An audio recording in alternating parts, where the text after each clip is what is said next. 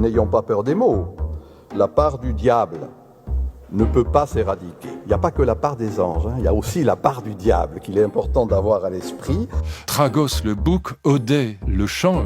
Et donc, le chant du bouc, c'est l'étymologie du mot tragédie, parce que c'était des chants qui, à l'origine, étaient dédiés au culte de Dionysos, parce qu'il va y avoir une véritable religion dionysiaque avec des bacchanales, des dionysies qui sont organisées en l'honneur du dieu et qui sont des fêtes de la folie, de l'ivresse, où en pratique, elles ont vraiment existé, des formes de sexualité et de sadisme absolument débridées. On écartèle des petits animaux vivants et même des enfants vivants. Et donc c'est le dieu, encore une fois, de la folie, de la fête, mais de la fête pas sympathique, de l'orgie jusque dans ses perversions les plus effroyables. Et alors là, on voit très bien ensuite toute une série d'évolutions de Dionysos. Le Dionysos du Cithéron, le Dionysos violent des Bacchantes, le Dionysos terrible, un dieu de la Maya, un dieu du changement des formes, un dieu de la dieu masqué, toujours. C'est cela, effectivement, il se dédouble. Et il a éminemment le sens du masque. Il est un masque. Il porte un masque, il apparaît dans certaines de ses épiphanies lorsqu'il se manifeste sous forme d'un masque. Un masque étrange, on ne sait pas ce que c'est, on le trouve dans la mer. Et puis l'oracle dit rendez un culte à Dionysos. Alors on s'aperçoit que c'est lui, et c'est ce masque en même temps qui rend fou, ou bien qui permet de faire le fou.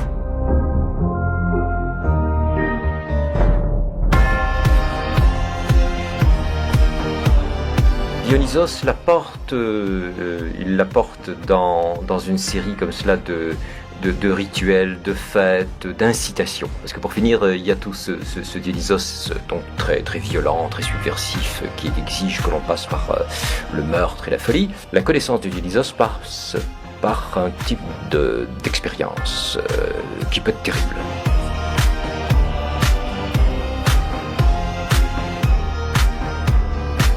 C'était très clair, notre père nous a parlé d'une sorte de secte, donc, derrière lequel il y avait d'ailleurs une sorte de corpus idéologique, l'idéologie qui sous-tend ce groupe et qui est très grave par rapport à ce qu'il révèle sur le fonctionnement réel de notre société.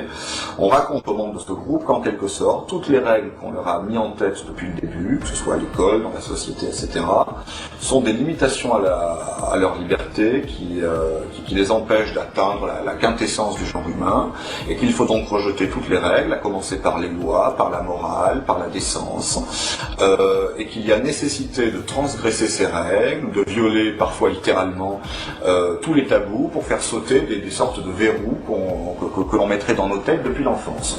Et donc c'est ainsi que l'on commence par le viol, la torture, et pour en arriver au meurtre. Mais pourquoi, à votre avis, ce type de folie, de mania, conduit toujours au sang, finalement, au meurtre, et au sang, et même au meurtre de sa propre progéniture ? Dionysos, un dieu qui a un rapport étroit avec le sang qui coule et le corps déchiré. La forme ancestrale du carnaval, c'est le dionyssisme. Le propre du carnaval, c'est le monde à l'envers. Et avec la pratique concrète du déguisement, le masque et le déguisement, qui sont d'origine dionysiaque. Alors, le sens du carnaval, c'est de vivre le monde à l'envers, de transgresser l'ordre établi, sans encourir aucune sanction, collectivement et dans la liesse, dans la joie.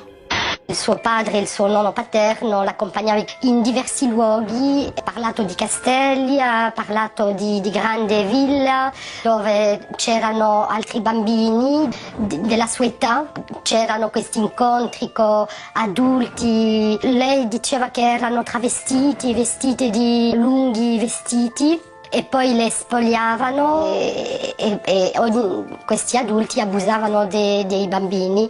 Ganz schlimm und unglaublich.